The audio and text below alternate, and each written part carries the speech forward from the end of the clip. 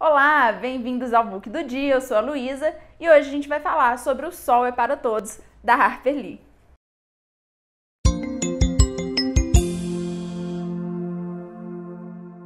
Eu criei esse canal há mais tempo já para conversar sobre literatura, para matar uma ansiedade que eu sinto enquanto leitora. Eu leio muito e às vezes eu não consigo achar um público para conversar sobre as obras que eu tenho lido, para trocar uma ideia. Eu resolvi fazer isso aqui no YouTube. Criei o canal antes, abandonei, mas agora eu voltei e prometo que eu vou tentar dar continuidade. E voltei agora com uma obra maravilhosa, que é justamente o To Kill a Mockingbird, da Harper Lee, que no Brasil foi traduzido como O Sol é para Todos e em Portugal traduzido como Não Matem a Cotovia. Esse passarinho, Mockingbird, é um passarinho que a gente não tem no Brasil, mas que em Portugal foi traduzido como cotovia. Eu acredito que não seja também uma tradução exata, mas só aproximada, porque é um passarinho que tem uma simbologia muito legal no livro, porque é um passarinho que é dito que ele não faz mal a ninguém, ele não atrapalha as plantações, ele apenas serve para cantar e para ser bonito. Então seria um pecado mortal matar um mockingbird, porque é um passarinho que está aí só para enfeitar a vida, só para nos fazer bem. As crianças desse livro, elas são ensinadas justamente a não maltratar, a não matar esse passarinho. E a gente fazendo esse paralelo, a gente percebe na leitura vários personagens que seriam comparados a esse passarinho, personagens que são inofensivos e que muitas vezes eles são maltratados pelos outros personagens, pelo contexto social. E é também o passarinho que é mencionado na trilogia dos Jogos Vorazes. Eu não sei se você já reconheceu, a trilogia dos Jogos Vorazes tem um passarinho fictício, que seria uma mistura desse Mockingbird com um outro passarinho fictício lá, que dá origem ao passarinho da trilogia. Então ele está sempre sendo mencionado aí na literatura, talvez em alusão a Harper Lee, ou ele só se tornou realmente um símbolo da paz, mais ou menos como é a pomba para a gente. O livro é um grande clássico americano, em que pese a gente não estudar ele no Brasil, ele não ser tão famoso no Brasil, nos Estados Unidos ele é leitura obrigatória nas escolas e os meninos lá crescem aprendendo sobre esse livro, crescem lendo esse livro, como deveria ser conosco também, já que o tema ainda é, infelizmente, extremamente atual, porque ele fala de racismo, ele fala de preconceito, ele fala de segregação social, e em que pese o livro ter sido escrito em 1960, a história se passa em 1930, ou melhor, na década de 30. E é impressionante e triste como que ele poderia ter sido escrito atualmente, como que a história e as nuances dessa história, elas cabem perfeitamente nos dias de hoje. O livro é narrado em primeira pessoa pela Scott, que é a personagem principal. Ela começa a história quando ela tem mais ou menos 6 anos e vai até os 9, tratando aí da própria infância e das brincadeiras que ela fazia com o irmãozinho, que é o Jen, aí numa cidade do interior. A história se passa numa cidadezinha fictícia chamada Macon, que seria uma cidadezinha bem do interior, no estado do Alabama, e isso já nos traz muito sobre o que o livro vai abordar, um contexto social mesmo, porque a gente está falando do sul dos Estados Unidos na década de 30, ou seja, um período em que o preconceito, o racismo ainda era, infelizmente é até hoje, mas naquela época ainda era muito, muito elevado. E ela vai tratar, então, com toda a falta de linearidade do pensamento de uma criança, de toda essa infância dela e desse período da infância dela, e de um caso que o pai dela, que era um advogado, assumiu durante essa fase, e da importância que esse caso teve na vida dela e do irmão, como que isso mudou não só a vida dela, a vida do irmão, como o pensamento dos dois e de toda a sociedade ali em volta. O livro não nos traz informação suficiente para a gente saber quando que ele foi narrado, em que pese ficar muito claro que a narradora já era muito mais velha quando ela escreveu o livro, porque a gente percebe que são conclusões, que são até o vocabulário mesmo, são de pessoa adulta. Então ela fala sobre ela mesma, sobre um período que ela viveu quando ela era criança e, obviamente, pelo olhar de uma criança, porque ela está falando sobre o que ela viveu, mas com conclusões de uma mulher adulta. E é muito interessante isso, porque isso traz uma leveza para a história, que é uma leveza que só uma criança poderia trazer. É genial isso que a autora faz, porque ela fala de temas muito pesados. O caso que o pai da menininha da Scott vai assumir é um caso muito pesado, é um caso que envolve violência sexual, que envolve racismo, só que pelos olhos de uma criança. Então não tem esse peso todo. A literatura ela se torna muito leve, tem muitos diálogos e ao mesmo tempo que ela entra no caso do pai, ela sai e nos leva para uma infância numa cidadezinha do interior muito parecida com a nossa infância aqui no Brasil, para essa nossa vivência de cidade do interior, ela, o irmão e um vizinho, o Jill, que não tem muito o que fazer, então eles ficam ali inventando brincadeiras. No meio de todo esse contexto infantil, dessa vida pacata, cidade do interior, eles procurando coisas para fazer, o pai deles, o Atticus, é designado para um grande caso, um caso que tem grande repercussão social e que acaba alterando não só a vida dessas duas crianças, como a vida da sociedade como um todo. O livro dá a entender que o Atticus não teve opção, que ele teria sido literalmente designado para atuar nesse caso. O juiz impõe a ele essa atuação, mas ao mesmo tempo o próprio personagem, o advogado Atticus, ele vive um conflito ético. Ele repete muitas vezes que ele não poderia deixar de aceitar esse caso, que ele não poderia deixar de lutar pela justiça nesse caso, mesmo que isso acarretasse para ele um prejuízo à imagem, porque a gente está falando de um Estados Unidos extremamente racista, a gente está falando de uma época de recessão, a gente está falando de crise, a gente está falando de um advogado que não tinha tantos clientes assim e que vai defender um personagem negro, ainda com todo esse prejuízo para a imagem e possivelmente para a carreira dele. Ele, como pai, ele fala que não poderia deixar de aceitar esse caso, porque ele não poderia nunca mais olhar para os filhos dele se ele não fizesse o que era certo por esse cliente negro, se ele não defendesse aí o que ele acredita que é a justiça. Não vou dar muitos detalhes do caso para não dar spoiler, mas isso não é nenhum spoiler, isso é o próprio enredo. Ele é designado para atuar em um caso em que um homem negro está sendo acusado de estuprar uma mulher branca. E é muito interessante essa atuação, porque é uma mulher branca que não tem nenhuma credibilidade na sociedade, é uma mulher branca que a cidadezinha é uma cidade muito pequena, de interior mesmo, e parecida com a nossa vivência de interior aqui no Brasil, em que as famílias elas se conhecem, as pessoas conhecem as famílias pela genealogia, então elas identificam assim, aquela família ali é muito pão dura, aquela família ali é uma família que não aceita dinheiro de ninguém, aquela família ali são os honestos. E essa família especificamente em que a mulher diz que foi estuprada, ela não é uma família que tem credibilidade social.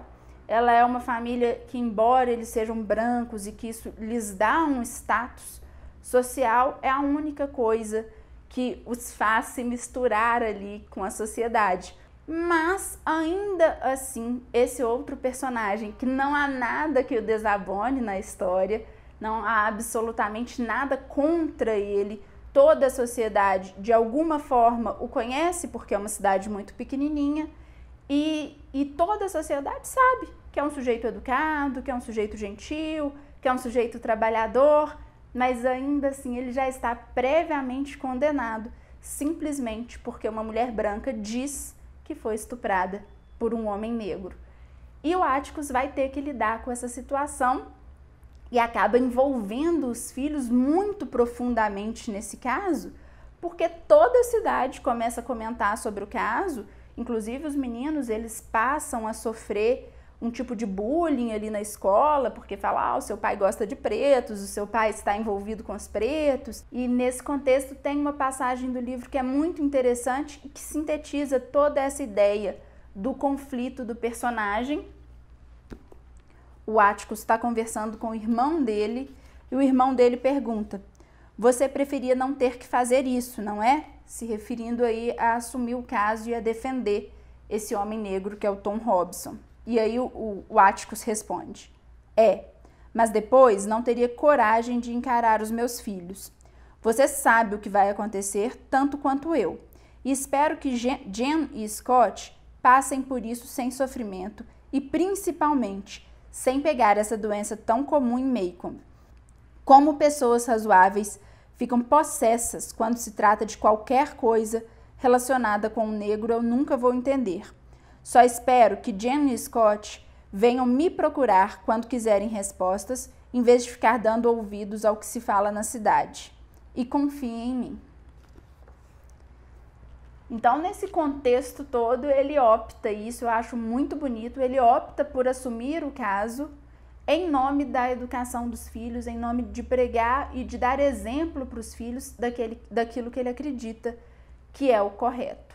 Então, a gente vai vivendo esse período da vida dela como é a vida de uma criança mesmo. Ela dá para o julgamento a mesma importância que ela dá para as brincadeiras que ela fazia com o irmão, para a vida dela ali naquela cidadezinha do interior, porque a gente está falando de uma menininha mesmo. Então, o julgamento, embora tenha mudado a vida dela, a sensação que nos dá é que ela vai chegando a essa conclusão ao longo do tempo. A cena do julgamento, que eu não vou dar detalhes para não dar spoiler, mas é uma cena muito interessante. Observar como que o Áticos elaborou a defesa desse personagem e a linearidade do raciocínio e das provas e todo o contexto dos fatos e contrastando aí com como que a acusação foi feita e o comportamento social. E aí a gente tem várias nuances que são super atuais ainda, de como que às vezes, e a gente vê isso tanto na mídia, como que às vezes um réu ele já chega ao júri acusado, como ele já chega condenado, a sociedade já tem uma noção pré-concebida sobre os casos. E é legal porque o próprio julgamento é narrado pelo Scott. Como a gente está falando de uma cidadezinha do interior, esses meninos eles conseguem ali se infiltrar no tribunal do júri e eles conseguem assistir o julgamento mesmo. E é legal demais, assim, ver a delicadeza de uma criança, a sensibilidade de uma criança em relação ao caso e as conclusões que ela chega, assim, como propriedade de quem é filha de um advogado. Ela fala assim, meu pai estava tentando fazer isso, isso e isso. Isso tudo é muito interessante e é muito suave na literatura. Então é fácil de ler, gostoso de ler.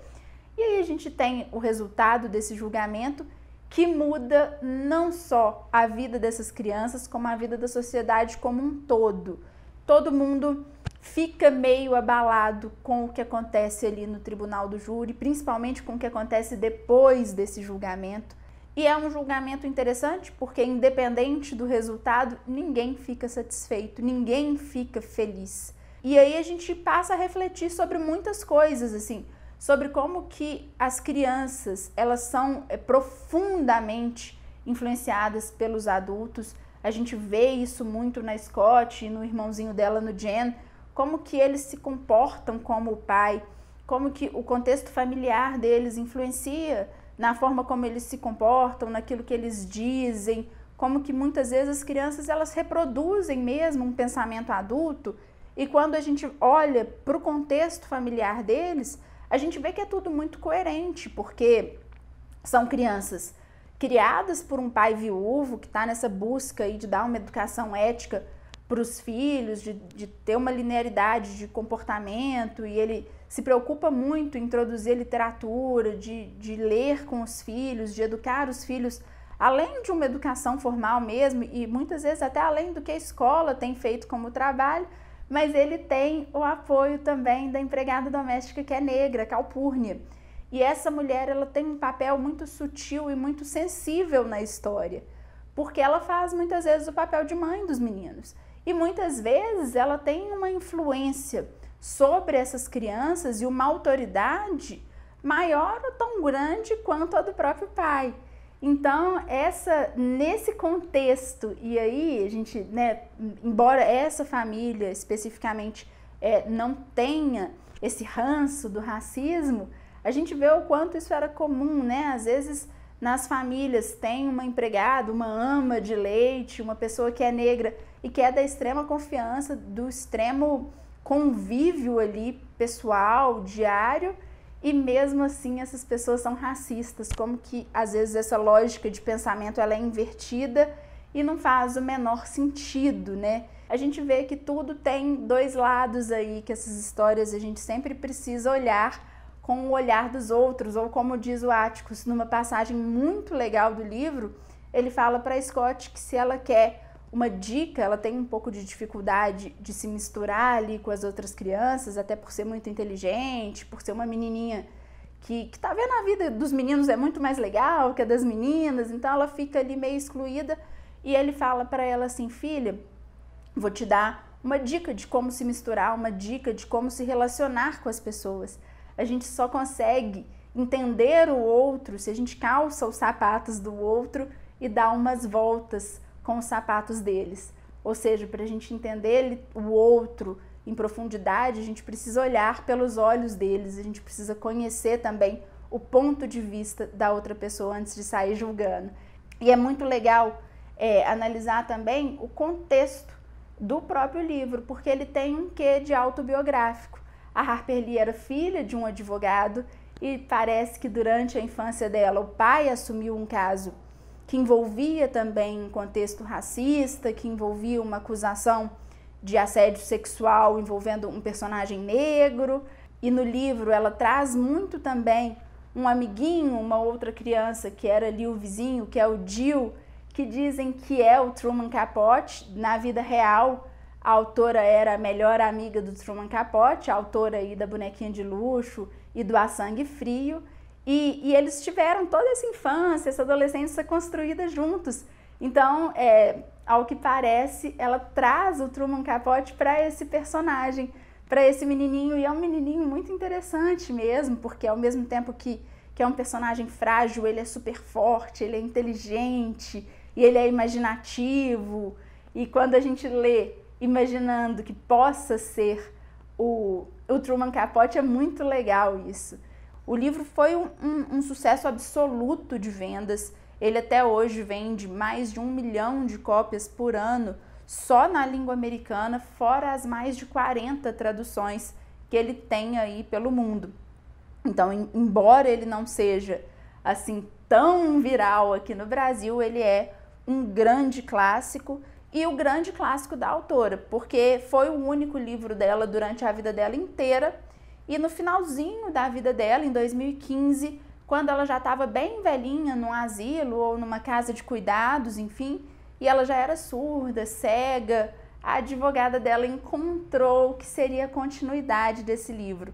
Esse encontro é super polêmico, porque há quem diga que foi uma jogada de marketing da advogada e da editora, porque a Harper Lee afirmou durante a vida inteira que já tinha dito tudo o que tinha para dizer sobre o racismo. E aí vem um segundo livro, em que pese eu não ter lido, dizem que é uma continuidade meio estranha, que tem uns furos aí no roteiro, que não faria tanto sentido ela ter lançado.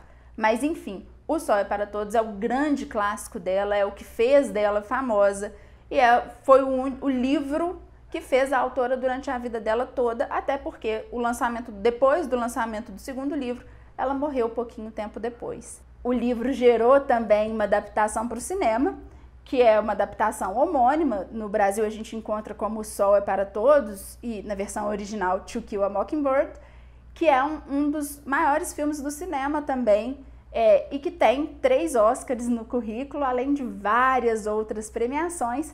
E hoje, no momento que eu tô gravando aqui, ele ainda está disponível no Netflix. Então, ainda que você talvez não tenha acesso ao livro nesse momento ou não tenha tempo de ler, vale muito a pena assistir o filme. Eu fico por aqui, porque senão o vídeo vai ficar gigante, mas o livro tem muitos temas aí que daria para discussões longas, que daria para longas conversas, e eu espero conversar com vocês nos comentários. Eu espero o feedback de vocês aí nos comentários. Muito obrigada e até a próxima!